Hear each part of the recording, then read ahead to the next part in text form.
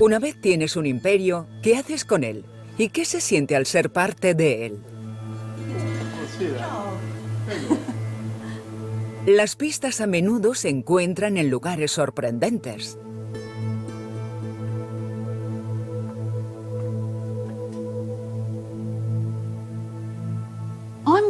Esto es basura. Basura de la antigua Roma. Me encuentro en medio de un vertedero romano. Millones y millones de vasijas rotas que algún día contuvieron el combustible de la época, aceite de oliva. Es basura, pero basura muy valiosa.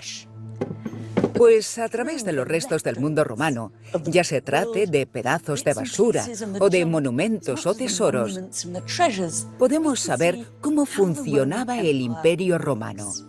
¿Qué lo alimentaba? ¿Qué lo conectaba? ¿Quiénes eran los ganadores y quiénes los perdedores?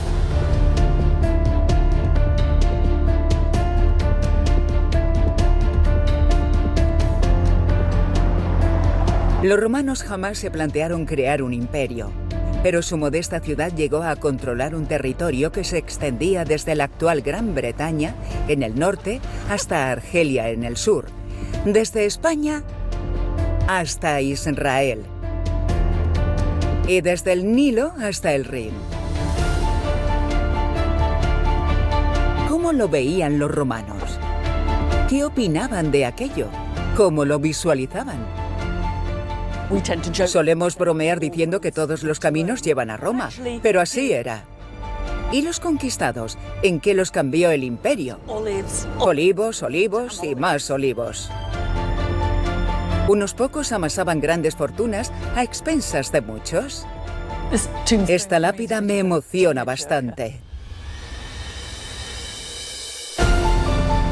¿Cómo transformó Roma el paisaje de nuestro mundo?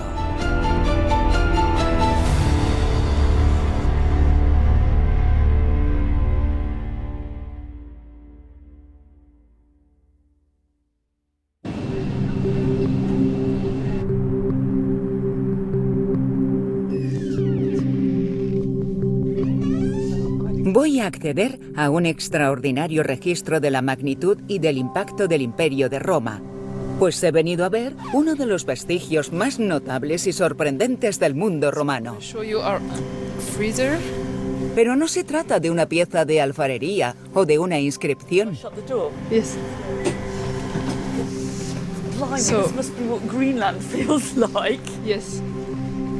Me dispongo a ver el hielo que ha sido extraído recientemente de las capas de hielo del Ártico y que ha conservado parte de la historia de los romanos. En Groenlandia, ¿a cuánta profundidad encontramos a los romanos? Diría que a unos 400 o 500 metros de profundidad. Analizando el hielo, Celia Sapar y su equipo han descubierto en la Universidad de Utrecht una sorprendente prueba del impacto de Roma en el medio ambiente. Aquí tenemos un pedazo de hielo de Groenlandia que ya hemos analizado. En él encontramos montones de burbujitas de aire y cada una de ellas presenta la composición de nuestra atmósfera en el pasado. Dios. Esto es historia de Roma derritiéndose en tus manos. Lo que hacemos es medir los gases de efecto invernadero en esas burbujitas, sobre todo el metano. Eso es lo que más nos interesa y nos llevamos la sorpresa de que, alrededor del año 1, encontramos un aumento de metano, evidenciando un nivel más elevado de combustión de biomasa, la cual podía deberse a la deforestación o a otro tipo de procesos. Y comparando nuestros datos con los históricos, este punto álgido guarda relación con el crecimiento de la población y con la expansión del Imperio Romano. Los datos revelaban un fuerte incremento en el nivel de metano en la atmósfera, que no se volvería a ver en más de 1000 años. Esto me encanta porque sabíamos que los romanos incrementaron mucho la productividad, la industria, etc.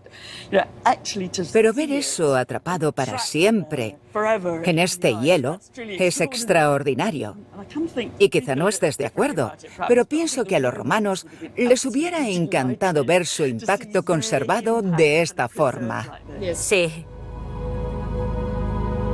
La polución romana capturada en las capas de hielo de Groenlandia es una espectacular muestra de la energía con la que Roma transformó el mundo que conquistó.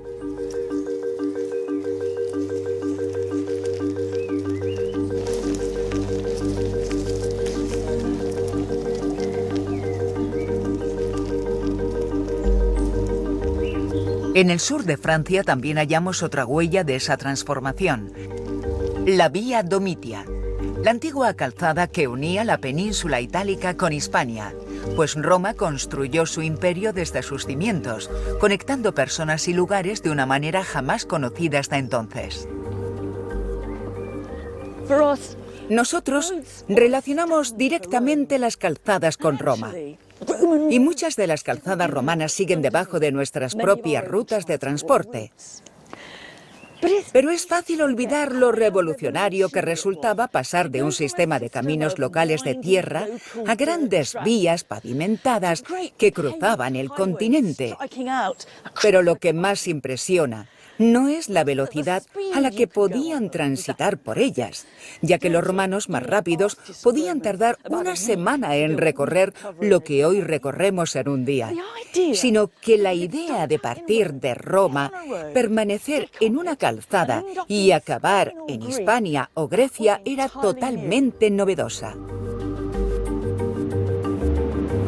A modo de sistema nervioso, los romanos construyeron una red de calzadas por todo el imperio de más de 80.000 kilómetros de longitud, que no solo recreaba una nueva geografía, sino que introducía una forma romana y completamente nueva de concebir el mundo. Esta es una señal en desuso de una calzada romana. Eran una serie de mojones que se colocaban por cada milla romana, equivalente a 1,5 kilómetros en las rutas principales. La mayor parte del escrito la componen el nombre del emperador y sus títulos, para que supieras a quién darle las gracias por esta calzada. Debajo vemos un gran número 3, que significa que nos encontramos a 3 millas del punto de parada más cercano. Lo más importante es que sabías exactamente dónde estabas. Por primera vez podías ubicarte en el mundo.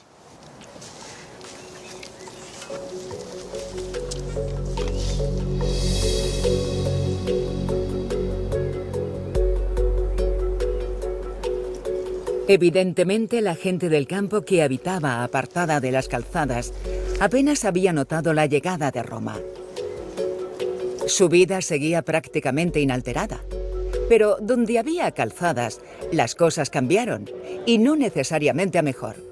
No tenía mucha gracia encontrarte una flamante carretera atravesando tus tierras, y los romanos se quejaban tanto como nosotros de la mala comida y de los exorbitantes precios de las antiguas posadas, las equivalentes a las estaciones de servicio actuales. Pero para otros, estas calzadas fueron motivo de celebración. Aquí tenemos 4 ejemplares de copas romanas bastante peculiares. Su forma de mojón es bastante reconocible, pero no solo eso, sino que contienen listas y listas de nombres de lugares grabados. Lo que pone aquí es que esta es la ruta de Gades, es decir, de Cádiz a Roma. Y entre cada lugar te indica el número de millas que hay que recorrer. En la parte inferior encontramos la longitud total de la calzada, más de 1.800 millas romanas, es decir, más de 40 días de viaje. ¿Para qué servían? Es todo un misterio. Podían tener un uso práctico y tratarse de unas útiles copas para viajeros con la ruta inscrita en la superficie. Pero creo que es mucho más probable que fueran souvenirs de la ruta.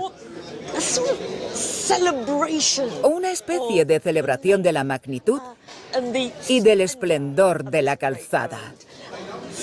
La simple idea de encontrar a los romanos bebiendo de imitaciones de mojones,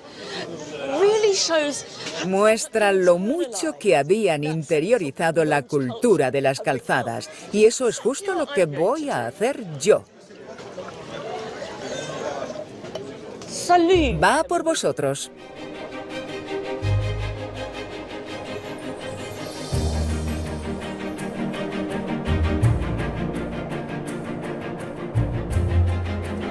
Las copas también apuntan a los otros grandes marcadores de la presencia romana en nuestros paisajes: las ciudades.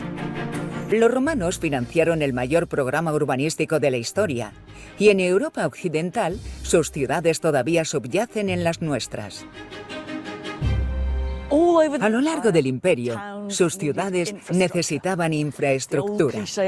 Es el típico cliché de que los romanos construían calzadas, puentes, baños, drenajes y acueductos como este.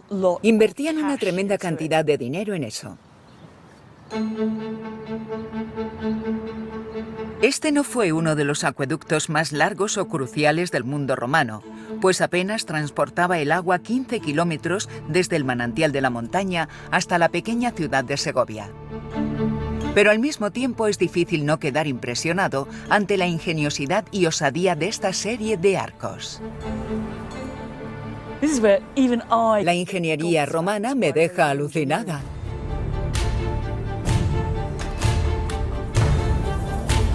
En cierto modo, ese era el objetivo. Una de las características del Imperio Romano era su descaro, y su mensaje iba más allá de toda finalidad práctica.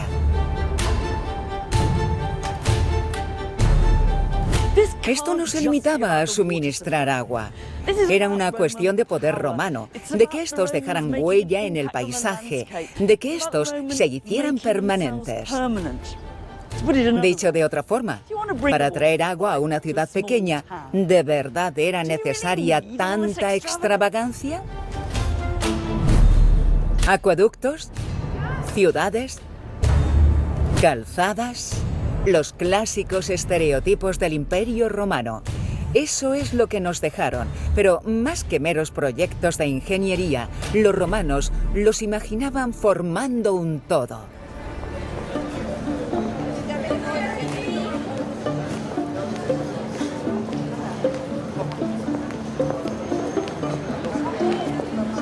This is a map of the Roman Empire. Oh, right. An ancient map. It's a medieval copy of an ancient map of the empire. Oh, medieval. But it's copying a Roman map, which doesn't stop. Este es el único mapa del imperio que conservamos. En realidad, se trata de una copia del siglo XIII de un antiguo mapa romano. Su importancia radica en que nos ofrece una idea de cómo los romanos imaginaban su propio imperio. Parte de él es bastante obvio. Vemos Roma justo en el centro, y a partir de ella nacen las calzadas. Vemos algunos nombres que nos resultan familiares, como el de Nápoles o el de Pompeya aquí. Y esta isla tan comprimida de aquí es Sicilia. Después nos desplazamos más y más hacia el este y vemos Creta aquí. Pero creo que mi trozo favorito es el delta del Nilo, con la ciudad de Alejandría y su faro aquí, y con todos sus ríos y afluentes en el delta. En cierto modo, parece una representación bastante mala del mundo, terriblemente comprimida y sin ordenar de norte a sur. Pero nos revela cosas más importantes. Nos dice que Roma era el centro de todo y que lo que importaba del imperio eran sus ciudades, sus pueblos y sus calzadas. Solemos bromear diciendo que todos los caminos llevan a Roma, pero así era. Y salían de Roma también. Lo que nos transmiten los romanos es que su mundo estaba unido.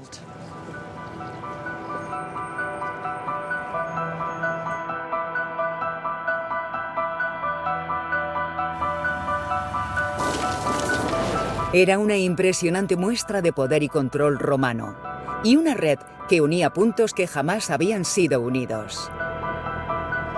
Y en ese nuevo mundo conectado, las demandas del Estado romano y del millón de consumidores que había en Roma solamente podían ser satisfechas por productores a cientos de kilómetros de distancia. Fue entonces cuando el sur de Hispania se convirtió en una gran finca de olivares y una próspera empresa. Este monocultivo de olivos, olivos y más olivos es parte del legado del Imperio Romano. La zona del sur de Hispania se convertiría en la mayor productora de aceite de oliva del mundo. Más de 7 millones de litros viajaban hasta la ciudad de Roma solamente cada año. Supuso una revolución de la agricultura. Todos los habitantes de la zona fueron testigos de la transformación que experimentaron sus campos.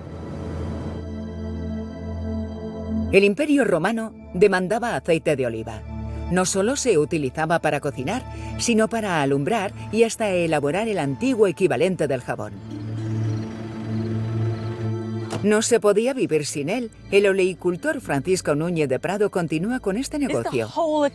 ¿Toda la economía de la zona se basa en los olivos? Sí, los olivos, el aceite de oliva y todo el proceso representan, en esta zona, prácticamente el 70% de los beneficios. Algunas personas como usted cultivan los olivos. Sí. Pero después tiene sus recolectores especializados y supongo que tendrá sus camiones, sus intermediarios, Sí. sus agentes de exportación. Todos debemos estar especializados en algo. Hace 2000 años la situación era prácticamente igual. El aceite de oliva daba trabajo en una industria altamente rentable. Había montones de personas que ganaban mucho dinero con todo esto. Estaban los productores y los recolectores, los prensadores y los empaquetadores, los distribuidores. Y no nos olvidemos de los que ganaban dinero fabricando los envases, toda una economía basada en el aceite.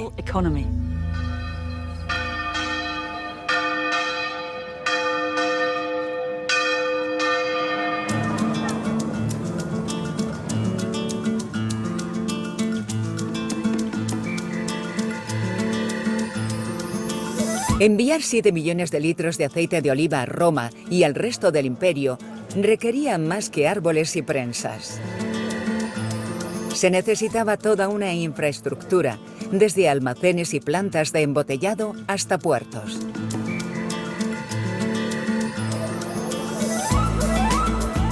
Uno de los principales centros de transporte y distribución era el lugar al que los romanos llamaban Hispalis y nosotros Sevilla. En la estructura de la ciudad actual y desapercibida para la mayoría de viandantes, encontramos la presentación de uno de los funcionarios romanos que se aseguraba de que el preciado aceite llegara a su destino. Esta es una placa en honor a un hombre llamado Sextus Iulius Possessor, que acabó en un lugar extremadamente incómodo. En realidad, es la descripción de toda la carrera de Possessor. Primeramente, parece que estuvo trabajando en Roma, inspeccionando el suministro de aceite desde África e Hispania. Pero después se mudó a Sevilla para trabajar como procurador y estuvo a cargo de la Ripam Baetis, de la ribera del río Betis. Este es un interesante ejemplo de cómo funcionaba la administración de la Roma imperial. No contaba con mucho personal, pero sí con hombres en lugares clave. Por lo que teníamos a Possessor en Sevilla, asegurándose de que no se produjera ningún contratiempo en el suministro de aceite a Roma desde este punto. Evidentemente, el fin era beneficiar a Roma, pero a la vez tenía lugar un intercambio más complejo. Mientras el aceite de oliva llegaba a Roma, el dinero llegaba a Hispania. Y resultaba evidente en los mismos sellos de las ánforas de aceite que esta nueva riqueza había permitido a algunos acceder a la política romana. Este es un ejemplo particularmente revelador porque leemos claramente por P-A-H. Es posible que port hiciera referencia a Portus o a su almacén, y P-A-H es un nombre. Sabemos que el padre del emperador Adriano tenía esas iniciales: Publius Aelius Adrianus. Publio, Helio, Adriano. Por lo que esta asa podría estar indicándonos que los olivares de Hispania eran la fuente de riqueza de la familia de Adriano, pero también que los beneficios comerciales respaldaban la estructura del poder en el Imperio Romano. Fuera así como ganara dinero o no, sabemos que Adriano, el hombre que permaneció en el trono romano durante 20 años en el siglo II después de Cristo, provenía de Hispania. Es un reflejo de lo mucho que se había unido el imperio. Y no resulta sorprendente que Adriano financiara grandes proyectos urbanísticos aquí. Esto es lo que queda de Itálica, localidad donde residía la familia del emperador Adriano. Pero, aunque su familia era nativa de Roma y no de Hispania, esta consideraba Hispania su hogar. Adriano invirtió mucho dinero en su tierra natal. El despliegue era tremendo, pero, a decir verdad, un poco desproporcionado. Una de las cosas más grandes que hizo fue levantar este gran anfiteatro. Tenía capacidad para unas 25.000 personas. Para ponerlo en contexto, el Coliseo de Roma tenía capacidad para unas 50.000. Y esta pequeña localidad de Hispania tenía un anfiteatro con la mitad de su capacidad. Y para más INRI, la población de Itálica apenas rondaba las 8.000 personas. Para mí, es como si un benefactor de la plutocracia le diera a un equipo de fútbol local un estadio la mitad de grande que Wembley. Es un poco absurdo.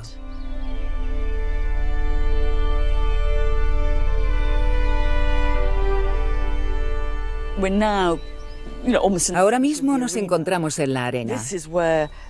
Aquí es donde los gladiadores luchaban, donde sacrificaban a las bestias, y en el centro encontramos una pequeña versión de lo que hallamos en el Coliseo. El subsuelo en el que los gladiadores y los animales esperaban para subir a la arena mediante una serie de trampillas. Resultaba fácil quedar estupefacto ante la brutalidad y la extravagancia de los espectáculos con gladiadores y animales. Supongo que no se veían muchos gladiadores por aquí a menudo, y mucho menos bestias exóticas. Pero sí que se celebraban espectáculos, quizá una vez al año por el cumpleaños de Adriano, tal vez. Y es que la finalidad real de este anfiteatro no era entretener a los lugareños, sino dejar el sello de Adriano en su tierra natal.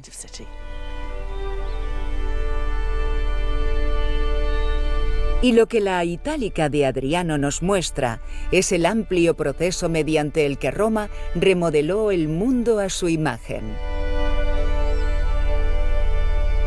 En Hispania y en todas partes, Roma se asentó para siempre, no solo en forma de ladrillos y argamasa, sino de instituciones y leyes que definieron un estilo de vida urbano específicamente romano. Estas tablas de bronce están cubiertas por columnas y columnas de escritos. Y lo que recogen es una constitución ideada en Roma para las ciudades romanas en Hispania. Explican lo que se debe y lo que no se debe hacer en ellas. Aquí indica lo que los funcionarios locales llamados ediles debían hacer. Anualmente debían organizar espectáculos escénicos, ludos escaenici. Debían desembolsar no menos de 2.000 sestercios, es decir, el doble de la paga de un soldado, de su propio dinero, de su pecunia, y solo podían tomar 1.000 sestercios de los fondos públicos si querían hacerlo. Así que estos generosos funcionarios estaban obligados a ofrecer representaciones teatrales. Desde la disposición de los asientos en eventos públicos hasta el tiempo de intervención para demandantes y acusados en los juicios, todo se detalla en este documento y muchos puntos nos resultan familiares. Hay un trozo estupendo aquí que habla sobre gastos electorales. Si te presentabas a algún cargo, si eras candidato, no podías preparar comidas caras y copiosas para animar a los demás a votarte, aunque sí que se permitía ofrecer a 9 personas una comida al día, pero no más. De lo contrario, sería soborno. Esa era la microgestión que los romanos trataban de imponer. En un imperio de calzadas y acueductos y funcionarios y actuaciones públicas, el dinero importaba tanto como las tropas. En la antigüedad, si querías dinero, tenías que buscarlo. En el sur de Hispania, no solo había olivos, había montones de riquezas en forma de plata que desenterrar aquí. El exminero y arqueólogo local, Saturnino Agüera, me acompaña a ver cuánto queda de las operaciones romanas en la zona. Hace 2000 años, este era un paisaje industrial abarrotado de gente. Un romano que visitó la zona estimó que habría unos 40.000 hombres trabajando en estas minas. Es de la corta romana, se le llama. Aquí encontramos una sección en la que la minería posterior nos ha permitido contemplar el trabajo de los romanos, donde observamos pequeños agujeros cuadrados, galerías y pasadizos. En la superficie de las rocas podemos ver las huellas que dejaron los mineros, los cuales entraban, seguían las vetas de mineral, extraían la plata y se olvidaban del resto. Y es la magnitud de los procesos industriales que se realizaron aquí, tanto de minería como de fundición, lo que nos ayuda a entender que aún podamos recuperar restos de ese metano en las capas de hielo del Ártico. Los romanos ya eran conscientes del problema de la polución y colocaron las chimeneas de sus plantas de fundición muy arriba para evitar su nocivo humo. Se trataba de un sistema que explotaba terriblemente los recursos, el paisaje y a las personas, pero también ofrecía muchos beneficios. Había gente que venía de la península itálica buscando hacerse rica. En cierta manera, aquello nos recordaría a la fiebre del oro. Hispania era como el dorado de Roma. Los primeros emprendedores se aprovecharon del despiadado sistema en el que solo importaban los beneficios. La organización de las minas españolas era una mezcla de empresa pública y privada. El Estado romano poseía la mayoría de minas, pero no contaba con la infraestructura necesaria. Así que vendía sus licencias a varias compañías privadas, las llamadas publicani, es decir, empresas que prestaban servicios públicos. El peligro de esto era evidente. El Estado percibía un mínimo básico y el único incentivo de las empresas privadas era incrementar los beneficios, y quienes pagaban el precio eran los pobres mineros.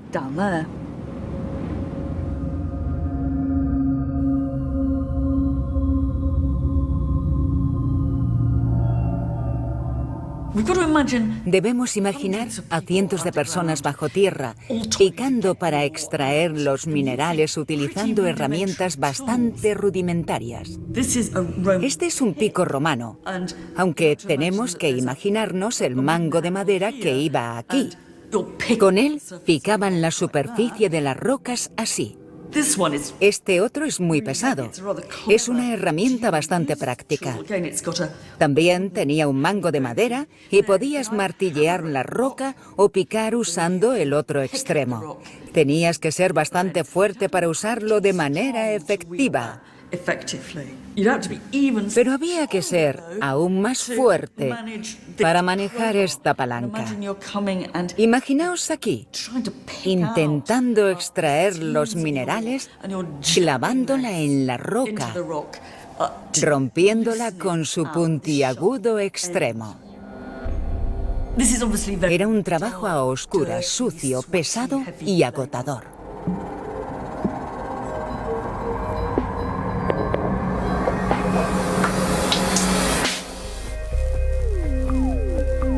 Un recordatorio de que bajo la superficie del flamante imperio, las clases bajas mantenían la maquinaria en marcha. Esta lápida me emociona bastante. Habíamos leído que en las minas trabajaban niños romanos, pero parece que aquí tenemos uno.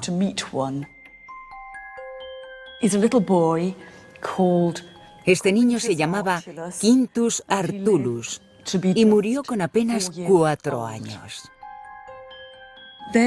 Aquí lo vemos vestido con una pequeña túnica, con un pico en una mano y una cesta en la otra, preparado para trabajar en la mina. No sabemos si murió en la mina, aunque muchos niños debieron de morir ahí. Lo único que sabemos es que sería recordado como minero.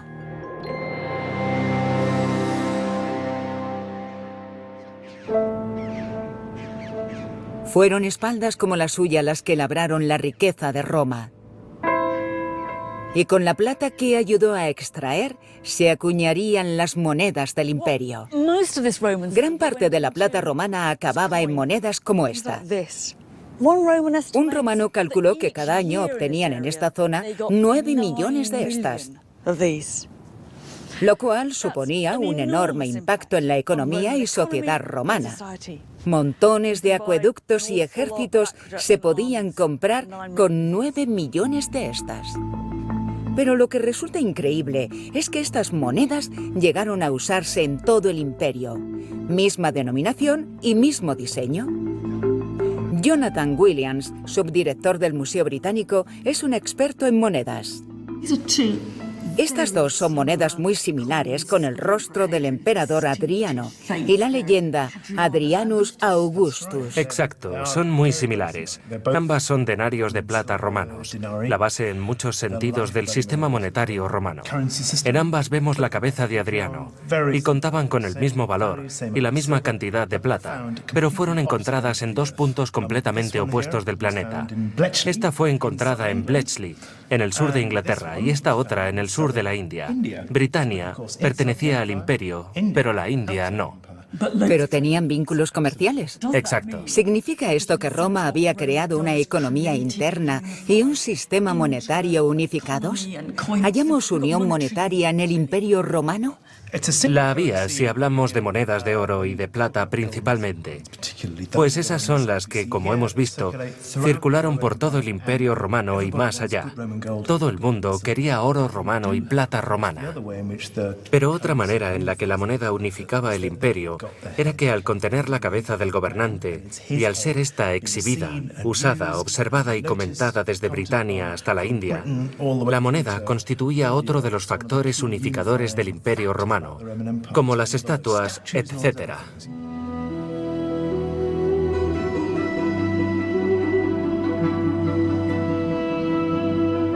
Desde las minas hispanas, Roma mantenía un constante flujo de dinero que poco a poco caía en manos de contratistas, soldados y comerciantes de todo el mundo romano, quienes difícilmente podían olvidar que esta riqueza permanecía ligada al poder romano. A cambio, Roma se convirtió en el centro de todo lo que el imperio tenía que ofrecer y atrajo el dinero, el talento y los materiales necesarios para construir la ciudad imperial que hoy conocemos. Uno de los edificios que aún observamos en todo su esplendor es el Panteón. Para muchos de los romanos que pasaran por aquí, lo más asombroso serían las columnas que sostenían el porche. Nosotros no solemos prestarles mucha atención, y si lo hacemos, no sabemos cómo interpretarlas, pero conformaban uno de los mayores alardes que se podían hacer de poder imperial. Esto se debe en parte a que son monolitos, piezas talladas a partir de una sola piedra. Pensad lo difícil que sería crear las columnas sin que se rompieran o agrietaran, pero además provenían de las canteras de una provincia a 3.000 kilómetros de aquí, Egipto. Camellos y burros las transportaron, fueron arrastradas por el desierto, embarcadas en el Nilo y cruzaron todo el mar Mediterráneo para ser colocadas aquí. Constituyen una extraordinaria declaración de los recursos del imperio y de la habilidad del emperador Adriano, que erigió este edificio para controlar sus recursos. Con estas rocas transmitía ese mensaje.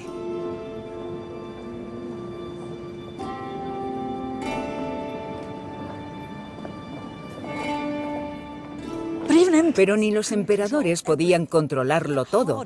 Si nos fijamos mucho, observaremos cierta disparidad y una extraña desalineación, como si los arquitectos hubieran esperado columnas algunos metros más altas y hubieran tenido que hacer ajustes de última hora al ver que eran más pequeñas.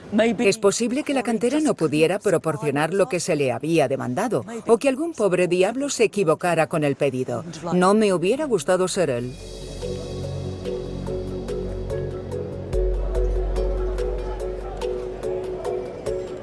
Para mí, el Panteón refleja que el imperio cambió a Roma tanto como Roma cambió al imperio. La capital era el lugar donde se exhibían y vendían productos de todo el mundo romano. Y en el centro de este mundo se hallaba el Mediterráneo, el mar interior de Roma.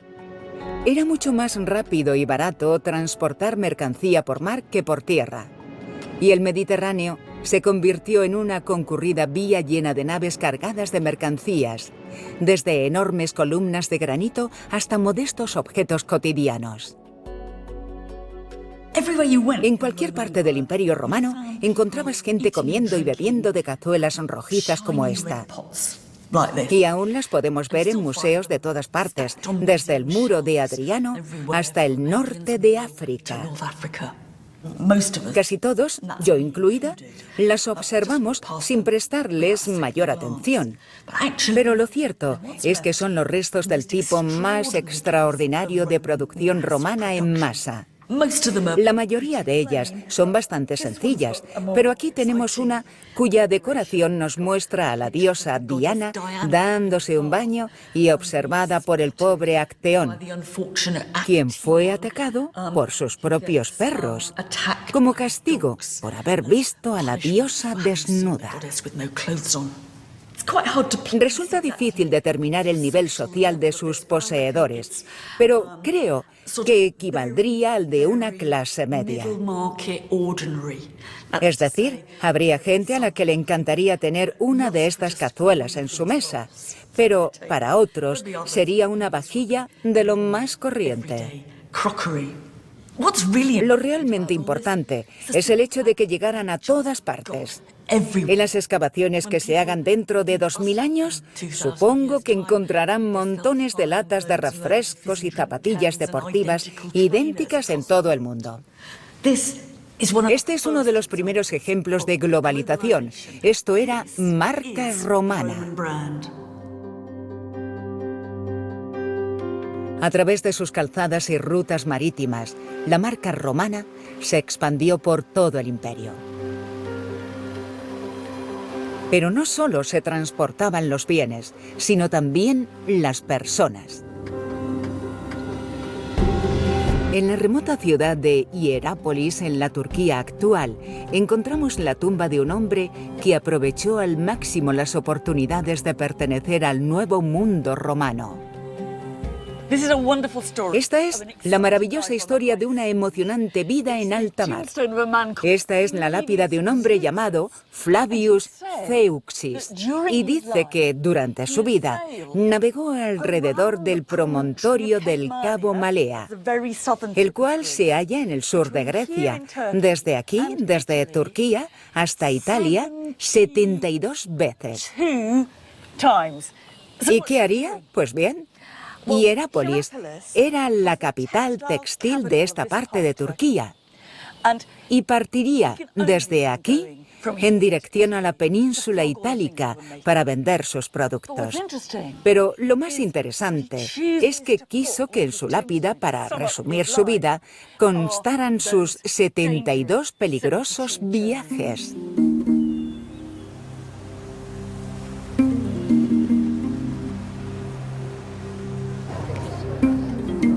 Zeuxis debió de cosechar mucho éxito. Si no, no hubiera alardeado en su tumba. Pero para personas como él, el Imperio Romano hizo el mundo más grande y más pequeño a la vez. Más grande por haber expandido sus horizontes y porque sus lejanos mercados recibían ahora a los más atrevidos. Pero más pequeño por las redes de conectividad que permitían a las personas y a los bienes recorrer el mundo de un modo más sencillo que nunca.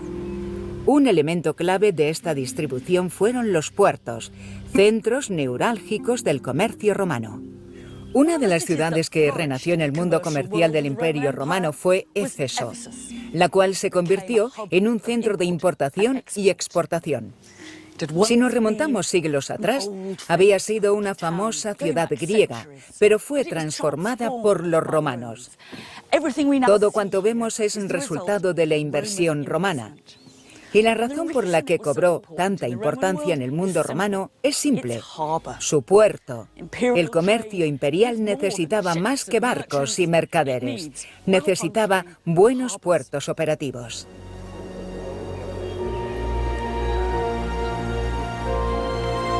La línea de costa ha sufrido un fuerte retroceso desde entonces, por lo que las ruinas de Éfeso han quedado en el interior.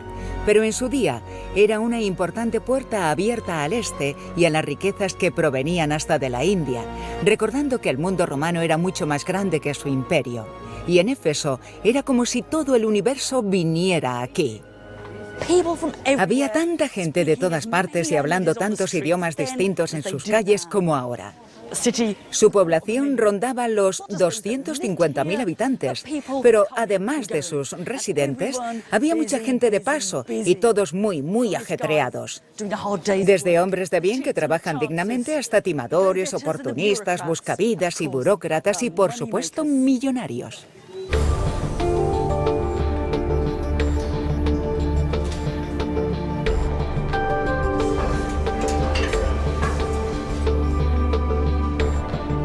Si podías permitirte vivir en el corazón de Éfeso, era muy posible que te beneficiaras del constante flujo de bienes a través del puerto. Estas eran las casas de lujo de quienes lo consiguieron. Es fascinante, pero también bastante confuso. Aquí tenemos una serie de casas, unas encima de las otras, subiendo por la ladera y casi entrelazadas, por lo que es difícil determinar dónde acaba una y empieza la otra. Lo que sí queda muy claro es que eran viviendas de lujo y que a algunos habitantes de Éfeso, como los dueños de estas propiedades, les iba muy bien. Además, resulta evidente que los beneficios del imperio no solo llegaban al palacio imperial o a los habitantes de la capital. Los hogares de la élite de Éfeso resultaban bastante vistosos. No se escatimaba en gastos. Las modas y tendencias de la capital eran imitadas y reproducidas. Nos encontramos en un salón de recepción de una magnitud palaciega. Debió de estar rodeado totalmente de mármol y, como podéis ver, las columnas también eran de mármol. y habría paneles entre ellas. Así es como una persona pudiente entretenía a los demás y mostraba su riqueza y poder. Su magnitud es casi imperial y debió de dejar boquiabiertos a los invitados. Ahora me encuentro en una pasarela moderna, pero podemos observar que aquí debió de haber una gran puerta, pues vemos sus fijaciones a cada lado. Imaginaos cómo sería que te abrieran estas puertas para encontrar todo esto y a su poderoso dueño, listo para saludarte y posiblemente humillarte.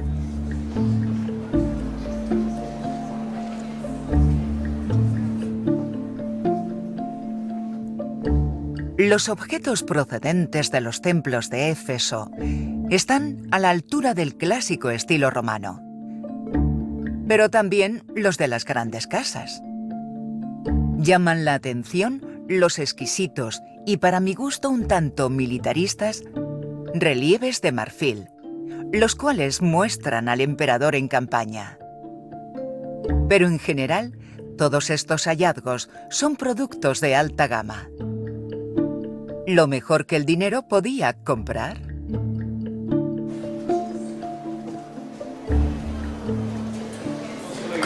Pero ¿de dónde provenía ese dinero? ¿Cómo lo ganaban las personas que vivían en estas casas? Con el comercio, evidentemente. Pero decir comercio hace que todo suene un poco fácil y cómodo. Uno de los mejores lujos que aportaba el puerto de Éfeso eran seres humanos. Esta ciudad era un gran centro de trata de esclavos. Los esclavos fluían por el mercado de Éfeso como el aceite de oliva por Hispalis.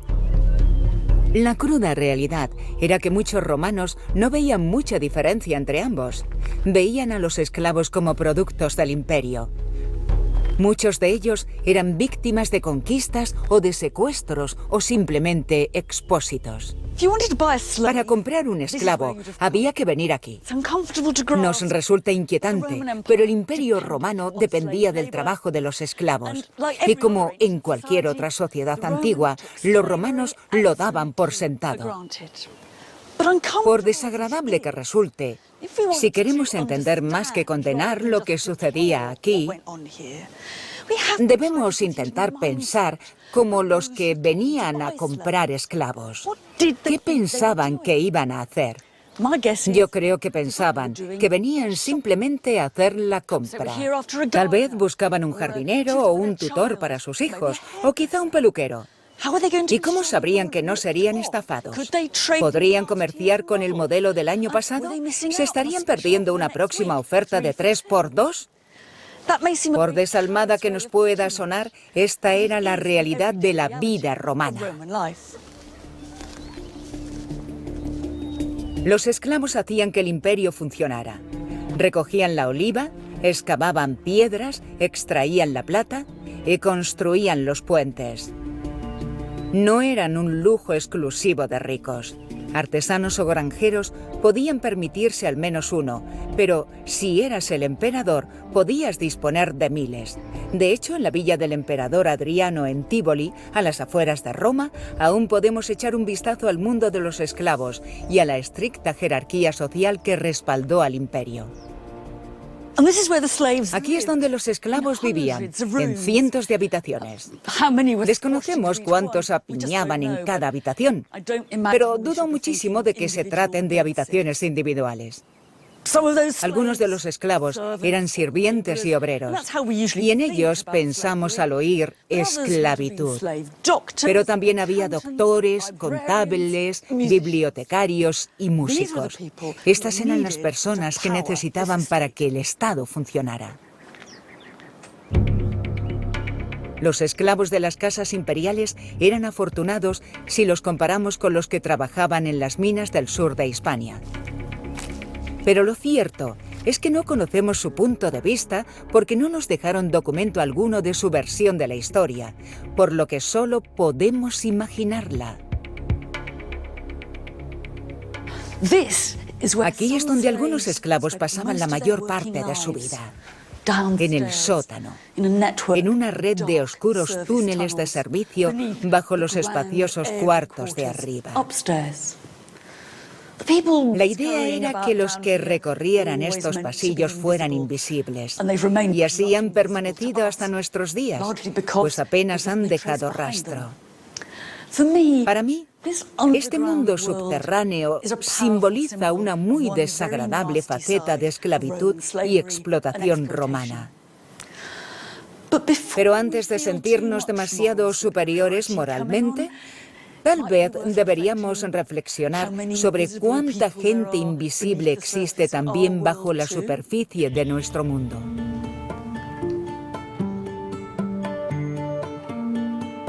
Este era el imperio que Adriano mantenía oculto, un laberinto de túneles que separaba las clases bajas de la élite que habitaban los lujosos edificios de arriba. Este era el imperio que Adriano quería presentar al mundo y lo construyó deliberadamente con ese fin. Incluso tras 2000 años de saqueos y exposición a los elementos, todavía podemos observar en Tívoli, mejor que en ninguna otra parte, cómo concebía Adriano su imperio en el mayor palacio que el mundo romano haya visto jamás. Si venías a visitar al emperador Adriano a esta gran villa, este era el camino que recorrías, el cual impresionaba también. Una gran escalinata te llevaba hasta sus monumentales puertas y a cada lado fuentes, estatuas y posiblemente fornidos guardias. De hecho, villa es un eufemismo. Hasta palacio se quedaría corto. Esta residencia imperial, la casa de campo de Adriano, era del tamaño de una ciudad.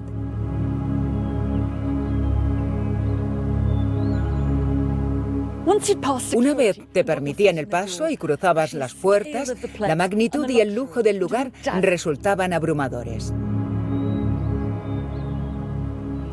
Sus baños, sus bibliotecas, sus pequeños teatros, pero no se solía ver a Adriano mucho por aquí. Superando a cualquier otro gobernante romano, estuvo años recorriendo su imperio.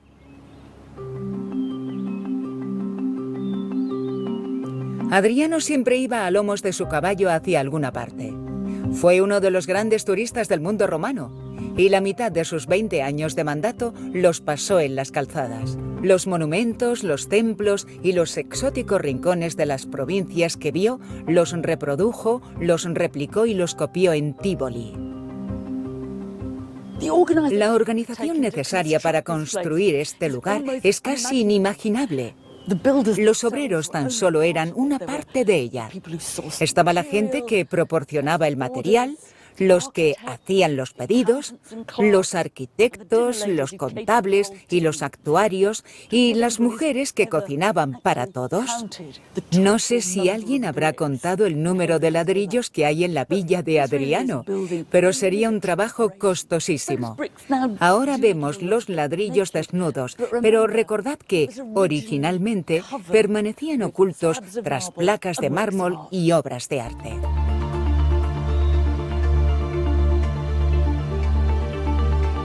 Es difícil visualizarlo actualmente, pero los interiores de Tívoli probablemente fueran de lo más espléndidos del mundo romano. Tan solo se han hallado unas pocas piezas de mármol con las que poder hacernos una idea. La conservacionista Bárbara Caponera se encarga de la compleja tarea de armar el rompecabezas. A veces conseguimos ver qué cubría esas desnudas paredes de ladrillo. Aquí tenemos una increíble representación de un caballo y una auriga o su jinete. Esta es la cola del caballo y esta una de sus patas. Se basa en los mismos principios que los mosaicos, pero con piezas más grandes. Esto es mármol y el cinturón del jinete de vidrio azul. La imagen iba rodeada por un marco como si fuera un cuadro. El mármol provenía de todo el imperio. El cuerpo del caballo es de mármol amarillo, procedente de Túnez, y también contamos con un estupendo fragmento de mármol verde procedente de Grecia, de la zona de Esparta. ¿Qué más tenemos, Bárbara? Este fragmento es pórfido de Egipto. Vale, esto es pórfido de Egipto, así que lo ponemos con Túnez. Y esta es otra pieza de mármol rojo o naranja de Grecia. Esta va al lado del de Esparta. Es como si obtuviéramos un mapa de mármol del imperio a partir de sus paredes y suelos. Tívoli nos recuerda las posesiones imperiales de Roma. Estas estatuas representan a Roma con sus míticos fundadores, Rómulo y Remo, colocados junto al dios del río Nilo en representación de Egipto. Un recordatorio visual de cuánto se habían extendido los dominios del emperador. Con el Panteón, Adriano había demostrado su control sobre los recursos del imperio.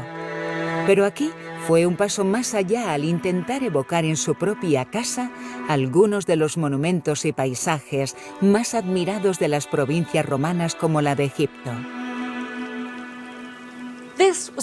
Es posible que este fuera el comedor más pretencioso de todo el mundo romano.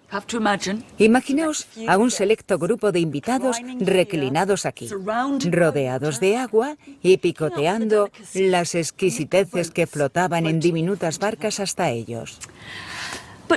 Pero no solo degustaban alimentos de primera calidad en un magnífico entorno, sino que comían en una réplica de uno de los monumentos más famosos de la provincia de Egipto.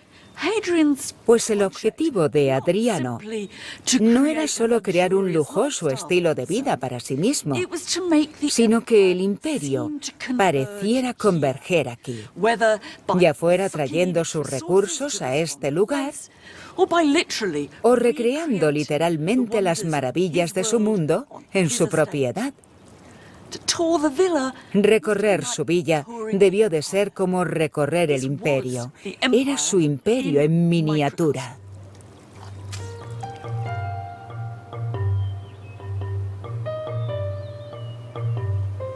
Fruto de la ambición, Tívoli captura la esencia de un imperio que unió lugares y pueblos como nunca antes. Y en las calles de sus concurridas ciudades y puertos, los habitantes del Imperio Romano experimentaron grandes cambios que aún afectan al mundo que nos rodea, como innovaciones en la ingeniería, en el comercio y en la agricultura. Estas ofrecían nuevas oportunidades y riquezas para algunos y desigualdad para otros. Siempre es más fácil llegar a los vencedores que a los perdedores. Los indigentes, los explotados y los desamparados dejan muy poco a sus espaldas. Los usureros de Éfeso, los magnates del aceite en Hispania y los comerciantes de los mares han dejado la huella de su exitosa historia, tanto en fragmentos de vajilla como en espectaculares columnas. Pero eso sí, tanto ganadores como perdedores vivieron en un nuevo mundo. La villa de Adriano en Tívoli nos ofrece una perspectiva del Imperio Romano idealista. Y a decir verdad, bastante saneada. Un mundo organizado con una jerarquía establecida y en perfecto equilibrio. Y por supuesto, bajo las órdenes de un solo hombre. La realidad, por supuesto, era más fluida, fracturada y caótica.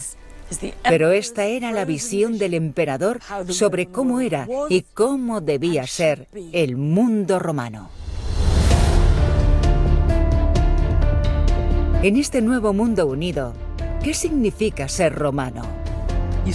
Togas por todas partes, frequens toga. ¿Cómo te convertías en uno? ¿En qué cambiaba eso tu vida? Que tenga un buen baño, dice, y supongo que eso obligaba a usar sandalias.